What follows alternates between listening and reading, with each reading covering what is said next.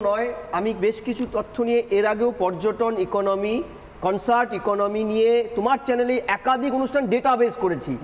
তোমাকে একটা প্রথম পরিসংখ্যান দিয়ে শুরু করি।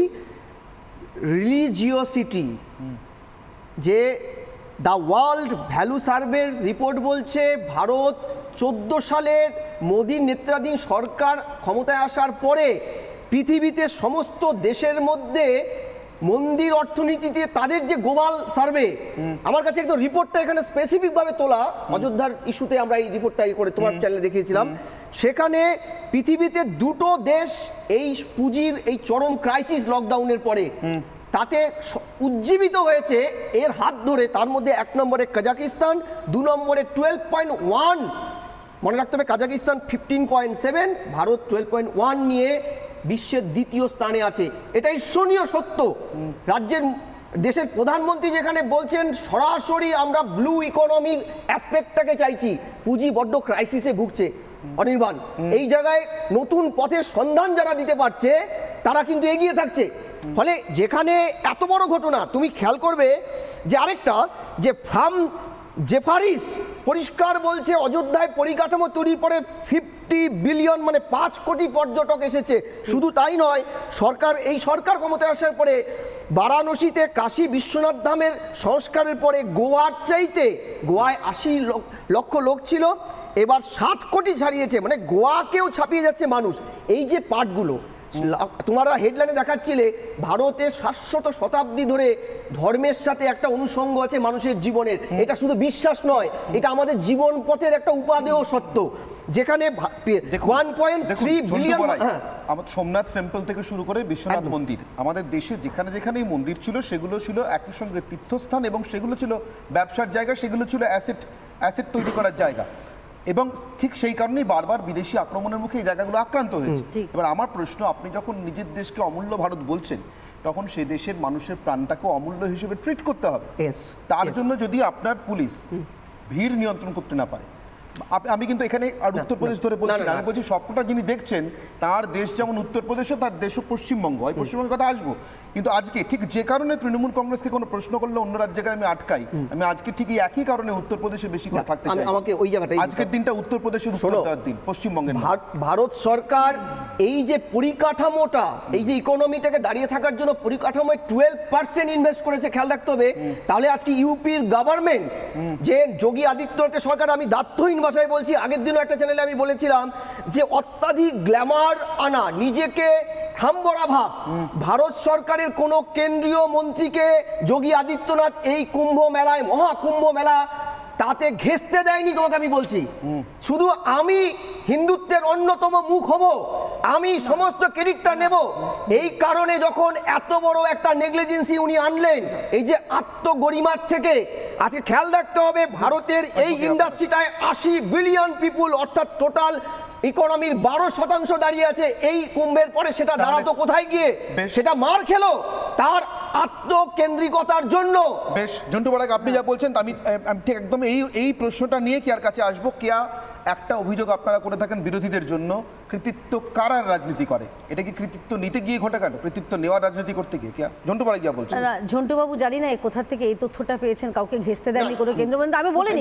ঝন্টু বাবু প্লিজ, কিছু দুদিন আগে অমিত শাহ গেছিলেন এবং বহু কেন্দ্রীয় মন্ত্রী, আমি নামও নিতে চাইছি না, সাংসদ, বিভিন্ন রাজ্যের এমএলএরা, তারা গিয়ে চুপিসারে তাদের মতন করে স্নান সেরে এসছেন। যেটা চাইছেন না যোগী সরকার বা উত্তরপ্রদেশ সরকার, এই ভিআইপি মুভমেন্টের জন্য যে কোনো কারণে এই পদপিষ্টের ঘটনা, যেটা আমরা দেখেছি 1954 সাল হোক বা হরিদ্বারের যেটা হয়েছিল, সেখানে মুখ্যমন্ত্রী গেছিলেন এবং তার সঙ্গে বিভিন্ন অন্যান্য রাজ্যেরও মুখ্যমন্ত্রীরা ছিলেন। সে সময় হুড়োহুড়ি লেগে যায়, মেন দর্শনদের, যারা গেছিলেন পুণ্যার্থীদের, তাদের স্নান বন্ধ হওয়ার জন্য গেছিলেন। বিষয়টা হচ্ছে কোনো কৃতিত্বের কারণে নয়, এইখানে সমন্বয় কাজ হচ্ছে, কৃতিত্বে নয়। মোদী সরকার এবং যোগী সরকার দুজনেই সমন্বয় কাজ করছেন। ঠিক যেরকম আজকে এরকম একটা অঘটন ঘটে যাওয়ার পরে আমরা দেখছি যে মোদীজি তিনিও বারে বারে ফোন করেছেন, যোগীজি তিনি নিজের মন্ত্রিসভার বৈঠক ডেকেছেন। রাজ্যের ব্যাপার নিঃসন্দেহে, আইন শৃঙ্খলা সব কিছু রাজ্যের ব্যাপার, কিন্তু আপনি যে একটা ওই বলছেন না দৈরথ না, এটা সমন্বয়ের বিষয়, এবং সমন্বয় আছে বলেই এত সুন্দরভাবে আজকেও স্নান হচ্ছে। এবং আখাড়া, দুটো আখাড়া আপনি জানেন বোধহয়, জুনা আখাড়া আর সম্ভবত আরেকজন, তারা বলেছেন যে আমরা আগে দর্শনার্থীরা পুণ্যার্থীরা তারা স্নান সারবেন, তারপরে আমরা নামবো। তো এই যে সমন্বয়, এই যে কথা বলা, আপনি নিজেরা আপনারা খবর করছেন, আপনারা সাংবাদিক, আপনাদের এত সোর্স আছে, জিজ্ঞেস করুন না। একটি সংবাদ মাধ্যম আমি নাম করে বলছিলেন, অদ্ভুত জিনিস হয়েছে, মানে ওই কি বলে না, বুমেরাং তারা করে ভেবেছিলেন অত্যন্ত নেগেটিভ খবর করবেন, ওখানকার কিছু মানুষকে দাঁড় করেছিলেন, বাংলার মানুষকে দাঁড় করেছিলেন, তারা বললেন না ভালো ব্যবস্থা, দু একটা তো এরকম হতেই পারে। কারণ দেখুন মানুষেরও ধৈর্যের, মানুষও একটু ধৈর্য ধরে যদি তারাও যদি ধৈর্য রাখে, একটা বন্ধনের মধ্যে আবদ্ধ থাকে, নিয়ম মানে, তাহলে হতে পারে না এটা। এই দুদিন আগে মাননীয় অমিত শাহ একটা স্টেটমেন্ট দিয়েছিল, কুম্ভ কারো একার নয়, কুম্ভ কারো একার নয়। কাকে? আপনি খেয়াল করুন, অমিত শাহকে সরাসরি আক্রমণ করে বলেছিল কুম্ভ কারো একার নয়। এবং খেয়াল করতে হবে যে ওখানে কিন্তু কেন্দ্রের কোনো, আপনি বলছেন আমাদের দ্বৈরথ নেই, আমি বলছি দ্বৈততা, ঘটনার পরে দ্বৈততা, এতগুলো লোকের প্রাণ চলে যাওয়ার পরে দ্বৈততা, এটা কিন্তু একদমই আমি এখনো বলছি একদম নয়, একদম নয়। আমি বলছি ভারত সরকারের রিপোর্ট বলছে সেখানে খামতি ছিল, অমিত শাহ নিজের উদ্যোগে গিয়েছেন। উনি কখনো বলেননি, উনি বলেছেন প্রেস কনফারেন্সে বলেছেন, হ্যাঁ ঠিকই বলেছেন, আমি বলছি একদম ঠিক কথা বলেছেন, আরে ঠিক কথাই তো বলেছেন। কারণ না সব মানুষের এক এক করে ভারতে 140 কোটি মানুষের বাকি দুজন রাজনীতির মানুষের কাছে আসবো, চন্দনবাবু এবং সৌরভ দত্ত। তো ভুল কি বলেছেন আপনি? প্লেইং টু দ্য গ্যালারি করছেন, এখন ভিউ পাওয়ার জন্য এগুলো করবেন না। আচ্ছা আমি একটু সময় চেয়ে নিচ্ছি সৌরভ বাবু এবং চন্দনবাবু দুজনের কাছ থেকে, কারণ আমি অরিন্দম আচার্যর কাছে আসবো। অরিন্দম বাবু, আপনার কাছে আজকে আমার একটি প্রশ্ন, এবং আমার ধারণার দর্শকরা আপনার দিকে তাকিয়ে আছেন এই প্রশ্নটার উত্তরের জন্য। আপনার সার্ভিস জীবনের অভিজ্ঞতা কি বলে? আমি কিন্তু আপনার সার্ভিস জীবনের অভিজ্ঞতার কথা জিজ্ঞাসা করছি, এক্ষেত্রে আমার কোনো উপায় নেই, কারণ আপনার মহাকুম্ভ ম্যানেজ করবার সুযোগ ঘটেনি, আপনি পশ্চিমবঙ্গে কাজ করেছেন, কিছু করার নেই, কিন্তু আপনার যা যা ম্যানেজ করবার সুযোগ ঘটেছে, রাজনীতি, তার কৃতিত্বের দাবি অথবা তাকে ব্যর্থ করবার চক্রান্ত, এগুলো কি পুলিশের সামনে অন্তরায় হয়? নানা ধরনের কন্টেন্ট দেখার জন্য লাইক করুন, শেয়ার করুন আমাদের ফেসবুক পেজ, সাবস্ক্রাইব করুন আমাদের ইউটিউব চ্যানেল, পাশাপাশি অন্যান্য ব্রেকিং নিউজের জন্য অবশ্যই চোখ রাখুন রিপাবলিক বাংলায়।